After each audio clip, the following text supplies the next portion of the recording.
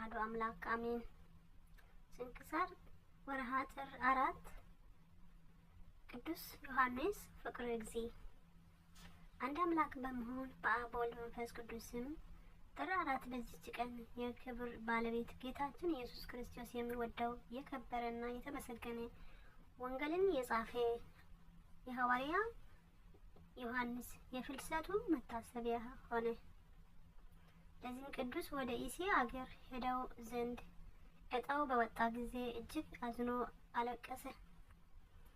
እርሱም ክፉዎች ከሃዲዎች ልባቸው የደነደነ መሆናቸውን አውቋልና። ግን ጌታችን ኃይል መጽናናትን አግኝቶ ከደቀ መዛሙርት ከአብሮኮሮስ ጋር ወጥቶ ወደ ክፍሉ ሄደ። ወደ ኤፌሶንም ሊሄድ በመርከቡ በመርከብ ላይ ተሳፍሮ መርከቡም ተሰብሮ እያንዳንዱ በመርከብ ሰፋሪ ሰሌዳ ላይ ተንጠልጥሎ ደቀ መዝሙሩን አብሮኮሮስንም የባህር ማዕበሉ ወደ አንዲት ደሴት አደረሰው። ቅዱስ ዮሐንስ ግን በባህር ማዕበል መካከል 40 መዓልት 40 ሌሊት ኖረ። ከዚህም በኋላ ደቀ መዝሙሩ አብሮኮሮስ ወዳለበት ወደ የብስ ባህር ተፋው። ስለ መገናኘታቸውም እግዚአብሔር አመሰገኑት። በዚያም ጊዜ ተነስተው ወደ ኤፌሶን ከተማ ገቡ። ግን በክብር ባለቤት ጌታችን ኢየሱስ ክርስቶስ ስም ይሰበክ ዘንድ አልተቻላቸውም። እነዛ የሀገር ሰዎች እጅግ የክፋ ናቸው። ስለዚህ ምክንያቱ ፈጥረው ዮሐንስ ሮሚና ለምትባል ሴት የውሻ ቤት እሳትን የሚያነደው ሆነ። ረዱ አብሮኮሮስም አጣቢ ሆነ። ያቺ ሴትም እጅግ ታሰቃያቸው ነበር። መጻተኞችም ስለሆኑ ታጎሳቆላቻቸው፣ ትሰድባቸዋለች፣ ትረግማቸዋለች። ባሮችም እንደሆኑ ጽፎላታልና ለእርሷ ባሮች አደረገቻቸው። በዚህ ታላቅ ጉስቁልና ውስጥ ኖሩ። ከዚህም በኋላ በአንዲት ዕለት ይታጠቡ ዘንድ የአገር ገዢው ልጅ ገባ። በዚያም የውሽባ ሴት ከተሰራ ጀምሮ የሰይጣን ኃይል አለው። የመኳንንም ልጅ አንቆ ገደለው። በዚያም ጊዜ የሀገር ሰዎች ለዚያ ለሞተው ሊያለቅሱለት ተሰብስበው የነበረ። ዮሐንስም ከእርሳቸው ጋር መጥቶ እንደ ሰው ሁሉ ሊያይ በዚያ ቆመ። ሮሚናም ባየች ጊዜ ረገመችው። አንተስ በጌታዬ ልጅ ሞት ደስ ብሎክ ልትታዘበኝ መጣ አለችው። ቅዱሱ ግን በቅንነት አይዞሽ አትዘኝ አላት። ይህንን ብሎ ወደ ሞተው ቀረበ ብሎ በመስቀል ምልክት አማትቦበት ፊቱም ላይ እፍ አለው። በዚያን ጊዜ ያ የሞተው ድኖ ተነሳ። የሀገር ሰዎች ደነገጡ። ሮሚናም ወዮልኝ፣ እግዚአብሔር የሚሉት አምላክ አንተ ነህ አለችው። እርሷም አይደለውም፣ እኔ አገልጋዩ ሐዋርያ ነኝ እንጂ አላት። በእርሱም ላይ የሰራችውንም በደል ሁሉ ይቅር ይላት ዘንድ መርራ ለቅሶ በማልቀስ ሐዋርያትን ለመነቻቸው። እነርሱም አረጓት፣ አጽናኗትም። ከሀገሩም ሰዎች ብዙዎቹ በክብር ባለቤት በጌታችን ኢየሱስ ክርስቶስ አመኑ። የክርስትና ጥምቀትም አጠመቃቸው። በፊታቸው ብዙ የሆኑ ድንቆች ታምራት አደረገ። ይህን አይቶ የሀገሩ ሰው ሁሉ በጌታችን አመኑ። ከጣዖታት አገልጋዮች በቀር እነርሱ ሰይጣንን በእነርሱ ላይ ስለሚያነሳሳቸው ሊገድሉትም ይሹ ነበር።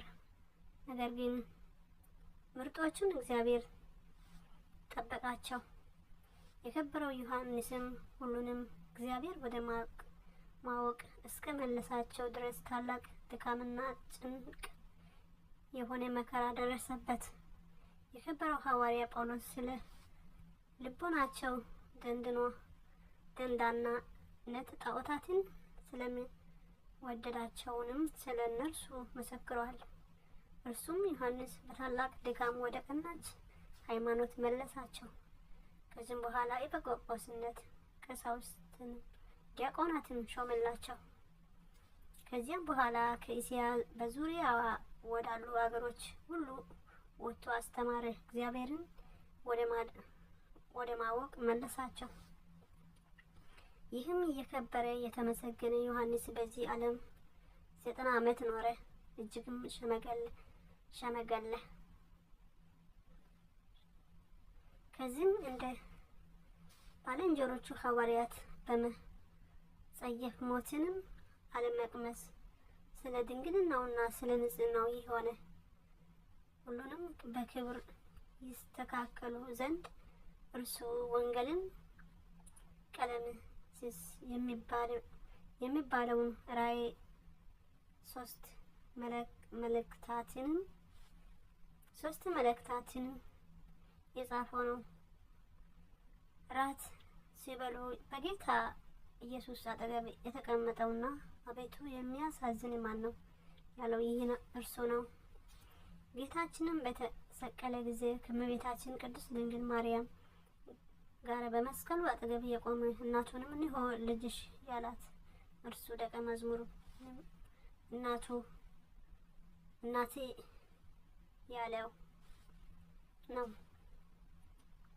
ጴጥሮስም እርሱንም ሲከተለው ባየው ጊዜ ስለ ጌታ ኢየሱስ ክርስቶስ አቤቱ ይህን እንዴት ነው ብለው የተናገረ ጌታ ኢየሱስ እስኪመጣ ድረስ ይኖር፣ አንተ ግን ተከተለኝ ያለላት ይህ ነው። የተመሰገነ ዮሐንስ ከዚህ ዓለም የሚወጣበት ሰዓት እንደቀረበ ባወቀ ጊዜ ሕዝቡንም ጠራቸው። ጸሎትም ጸለየና ህብስቱንም ባርኮ ቆርሶ ይሄን የጌታችን ሥጋውንና ደሙን ሰጠዋቸው። በቀናችም ሃይማኖትም እንዲጸኑ አዘዛቸው። ባረካቸው፣ አጽናናቸው። ከዚህም በኋላ ደቀ መዝሙሩ አብርኮሮስንም ከወንድሞቹም ሌሎች 2 መቆፈሪያ ይዘው ይከተሉ ዘንድ አዘዘ። ከኤፌሶን ከተማ ወደ ውጪ ወጣ ጉድጓድን እንዲቆፍሩ አዘዘ። ከውስጧ ወርዶ ቆመ። ልብሱንም አስወገደ። ከአንድ የበፊታ ቀሚስ በቀር አላስቀረም። እጆቹንም አንስቶ ጸለየ። ወደ ከተማ ይመልሱ ዘንድ አሰናበታቸው። በክርስቶስም ሃይማኖት ይጽኑ ዘንድ ለሕዝቡም ይነግሩአቸው ዘንድ አዘዛቸው። በጎ ስራቸውን ይሰሩ ዘንድ ጌታችንም ለሁሉም እንደ ስራው ይከፍል ዘንድ ነው አለውና። ሁለተኛ እንዲህ አላቸው፣ እኔ ከሁላችሁም ደም ንጹሕ ነኝ።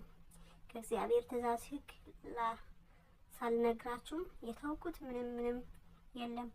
እናንተ ከእንግዲህ ከቶ ፊቴን አታዩኝም። ይህን በተናገረ ጊዜ አለቀሱ፣ እጆቻቸውም እግሮቻቸውም ሳሙ። በጉድጓድም ውስጥ ትተውት ወደ መንገዱ ተመለሱ እና የሆነውን ሁሉ ለሰዎች ነገሩአቸው። ሁሉም ደነግጦ መጡ፣ ግን ልብሱንና ጫማ እንጂ መቃብሩን አላገኙም። እጅግም አደነቁ። ደቀ መዝሙሩም ዮሐንስ በዚህ በጎ ዕረፍት ያሳረፈው እግዚአብሔር አመሰገኑት። ለእግዚአብሔር ምስጋና ይሁን።